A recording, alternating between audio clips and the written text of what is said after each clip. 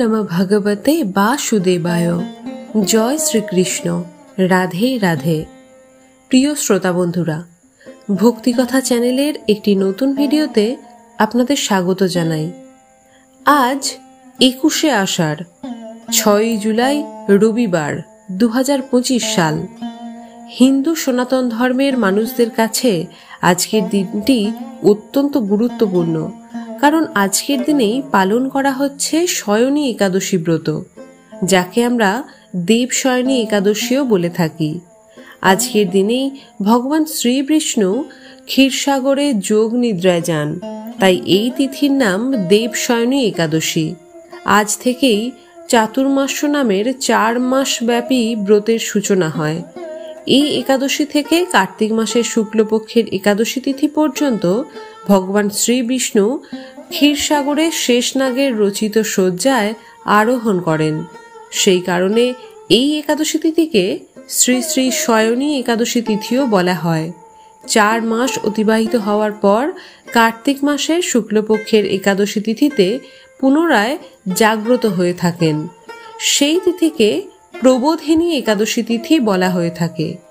শয়নী একাদশী থেকে প্রবোধিনী একাদশী তিথি পর্যন্ত এই 4 মাস সময়কালকে চতুর্মাস্য বলা হয়। বন্ধুরা, আজ এই ভিডিওতে আমরা শয়নী একাদশী ব্রত মাহাত্ম্যটি শ্রবণ করব এবং শেষে পালনের ক্রিয়া সম্পর্কে আমরা আলোচনা করব। আপনারা অনেকেই জানেন, ব্রত কথা না শুনলে ব্রতের ফল লাভ করা যায় না, তাই সম্পূর্ণ ব্রত কথাটি শ্রবণ করুন। আর আজ যারা কোনো কারণে একাদশী ব্রত পালন করতে অসমর্থ হচ্ছেন, তাহলে তারা ব্রত কথাটি দিনের যে কোনো একটি সময় একবার হলেও সম্পূর্ণ শ্রবণ করুন এবং সন্ধ্যায় ভগবান বিষ্ণু এবং মা লক্ষ্মীর উদ্দেশ্যে একটি প্রদীপ প্রজ্বলন করুন। তাতেও ব্রতের ফল অনেকাংশে লাভ করা যায়। শুরু করছি দেবশয়নী একাদশীর ব্রত কথা। মহারাজ যুধিষ্ঠির বললেন, হে কৃষ্ণ, আষাঢ় মাসের শুক্লপক্ষের একাদশীর নাম কি, এর মহিমাই বা কি, তা আমাকে কৃপা করে বলুন। শ্রীকৃষ্ণ বললেন, ব্রহ্মা এই একাদশী সম্পর্কে দেবর্ষি নারদকে যা বললেন, আমি সেই আশ্চর্যজনক কথা আপনাকে বলছি। শ্রী ব্রহ্মা বললেন, হে নারদ, এ সংসারে একাদশীর মতো পবিত্র আর কোনো ব্রত নেই। সকল পাপ বিনাশের জন্য এই বিষ্ণুব্রত পালন করা একান্ত আবশ্যক। যে ব্যক্তি এই প্রকার পবিত্র পাপ নাশক এবং সকল অভীষ্ট প্রদাতা একাদশীর ব্রত না করে, তাকে নরকগামী হতে হয়। আষাঢ়ের শুক্লপক্ষের এই একাদশী শয়নী নামে বিখ্যাত। শ্রী ভগবান ঋষিকেশের জন্য এই ব্রত পালন করতে হয়। এই ব্রতের সম্বন্ধে এক মঙ্গলময় পৌরাণিক কাহিনী আছে, আমি এখন তা বলছি। বহু বছর পূর্বে সূর্যবংশে মান্ধাতা নামে একজন রাজর্ষি ছিলেন। তিনি ছিলেন সত্যপ্রতিজ্ঞ এবং প্রতাপশালী চক্রবর্তী রাজা। প্রজাদেরকে তিনি নিজের সন্তানের মতো পালন করতেন। সেই রাজ্যে কোনো রকম দুঃখ, রোগ, ব্যাধি, দুর্ভিক্ষ, আতঙ্ক, খাদ্যাভাব অথবা কোনো অন্যায় আচরণ ছিল না। এইভাবে বহুদিন অতিবাহিত হলো। কিন্তু একসময় হঠাৎ দৈব দুর্বিপাকে ক্রমাগত 3 বছর সেই রাজ্যে কোনো বৃষ্টি হয়নি। দুর্ভিক্ষের ফলে সেখানে দেবতাদের উদ্দেশ্যে দান মন্ত্রের সাহা, স্বাধা ইত্যাদি শব্দও বন্ধ হয়ে গেল। এমনকি বেদ পাঠও ক্রমশ বন্ধ হলো। তখন প্রজারা রাজার কাছে এসে বলতে লাগলো, মহারাজ, দয়া করে আমাদের কথা শুনুন। শাস্ত্রে জলকে নাড় বলা হয়, আর সেই জলে ভগবানের অয়ন অর্থাৎ নিবাস। তাই ভগবানের আরেক নাম নারায়ণ। মেঘরূপে ভগবান বিষ্ণু সর্বত্র বাড়ি বর্ষণ করেন। সেই বৃষ্টি থেকে অন্ন এবং অন্ন খেয়ে প্রজাগণ জীবন ধারণ করেন। এখন সেই অন্নের অভাবে প্রজারা ক্ষতিপ্রাপ্ত হচ্ছে। অতএব হে মহারাজ, আপনি এমন কোনো উপায় অবলম্বন করুন যাতে আপনার রাজ্যের শান্তি এবং কল্যাণ সাধন হয়। রাজা মান্ধাতা বললেন, তোমরা ঠিকই বলেছ।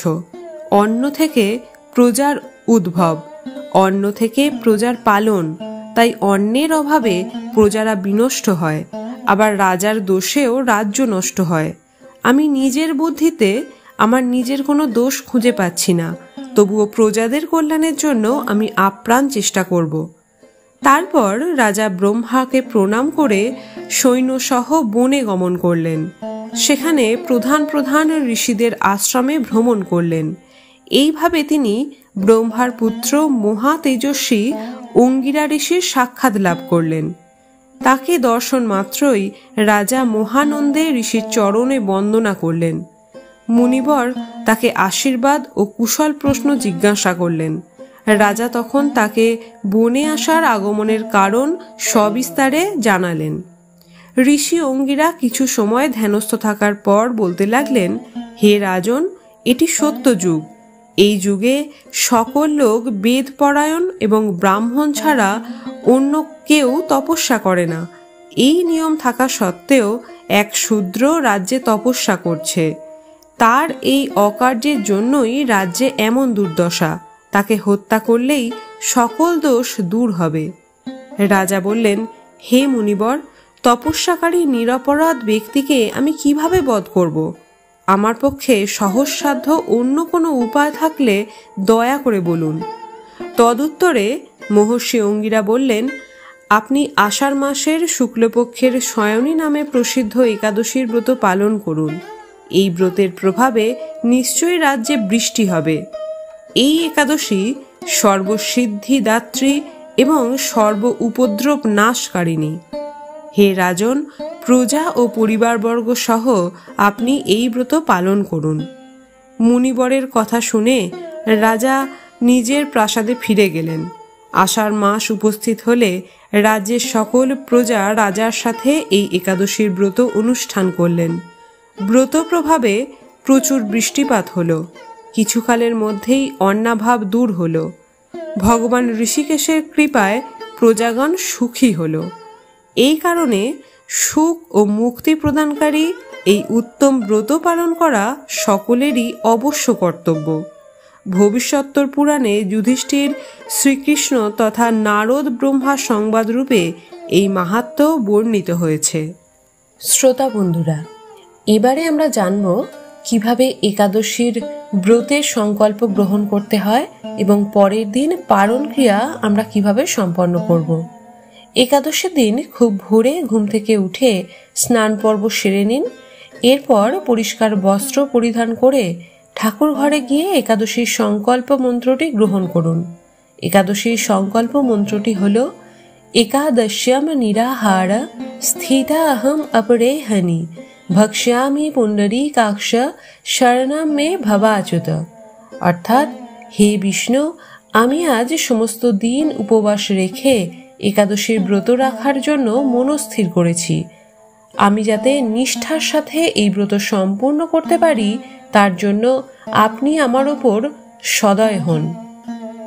একাদশীর পরের দিন পারণের জন্য যে সময় নির্দিষ্ট থাকে তার মধ্যেই কিন্তু পারণ ক্রিয়া সম্পন্ন করা উচিত। তা না হলে একাদশীর ব্রতের কোনো ফলই লাভ করা যায় না।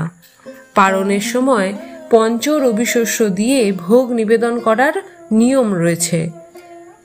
পারণের দিন পঞ্চ রবিশস্য দিয়ে ভোগ নিবেদন করে পারণ মন্ত্র উচ্চারণ করুন এবং সেই ভোগ গ্রহণ করে উপবাস ভঙ্গ করুন। পারণ মন্ত্রটি হল, একাদশ্যাম নিরাহার ব্রতে নানেন কেশব প্রসিদ্ধ সমুখনাথ জ্ঞান দৃষ্টি প্রদো ভব। অর্থাৎ, হে কেশব, আমি আপনার কৃপা দৃষ্টিতে নিরাহারভাবে একাদশীর ব্রত পালন করেছি। কৃপাপূর্বক আমার ওপর আপনার করুণাময় জ্ঞান দৃষ্টি প্রদান করুন। একাদশীর দিন অবশ্যই তুলসীকে জল নিবেদন করুন এবং তুলসী পাতা ভগবানের পাদপদ্মে নিবেদন করুন। বলা হয়, একাদশীর ভোগে যদি তুলসী পাতা না দেওয়া হয় তাহলে ভগবান বিষ্ণু সেই ভোগ গ্রহণ করেন না। শ্রোতা বন্ধুরা, সবশেষে একটাই কথা বলার, একাদশীর ব্রত পালনের প্রকৃত উদ্দেশ্য কেবল উপবাস করা নয়, নিরন্তর শ্রী ভগবানের নাম স্মরণ, মনন এবং শ্রবণ কীর্তনের মাধ্যমে একাদশী পালন করতে হয়। এই দিন নিজেকে সংযত রেখে সমস্ত রকম মিথ্যা ভাষণ, রাগ, পরনিন্দা ইত্যাদি থেকে দূরে থাকুন। শ্রোতা বন্ধুরা, বিশ্বাস করা হয় সঠিক আচার মেনে দেবশয়নী একাদশীর ব্রত পালন করলে সমস্ত দুঃখ কষ্ট থেকে মুক্তি পাওয়া যায়, মানুষের জীবন থেকে সমস্ত বাধা দূর হয় এবং অর্থনৈতিক সমস্যাও কমে। এই ব্রতের ক্ষেত্রে ভগবান বিষ্ণুর পাশাপাশি অশ্বত্থ গাছেরও পুজো করা হয়। বেদ এবং পুরাণে বলা হয়েছে একাদশী ব্রত পালনে সমস্ত পাপ থেকে মুক্তি পাওয়া যায় এবং মনের ইচ্ছা পূরণ হয়। ভগবান বিষ্ণু যখন বিশ্রামের জন্য পাতাল লোকে পৌঁছে যান, তখন থেকেই সমস্ত রকম মাঙ্গলিক কাজ বন্ধ হয়ে যায়। এই সময় বিবাহ, গৃহপ্রবেশ, অন্নপ্রাশন ইত্যাদি কাজ করা যায় না। এই 4 মাস ঈশ্বরের উপাসনা করে সময় ব্যয় করা উচিত। তো বন্ধুরা, আশা করি ভিডিওটি থেকে আপনি কিছুটা হলেও সমৃদ্ধ হয়েছেন। ভিডিওটি ভালো লাগলে এটি লাইক করবেন এবং কমেন্টে জয় শ্রীকৃষ্ণ লিখতে ভুলবেন না। মঙ্গলময় ঈশ্বর আপনার মঙ্গল করুন। জয় শ্রীকৃষ্ণ।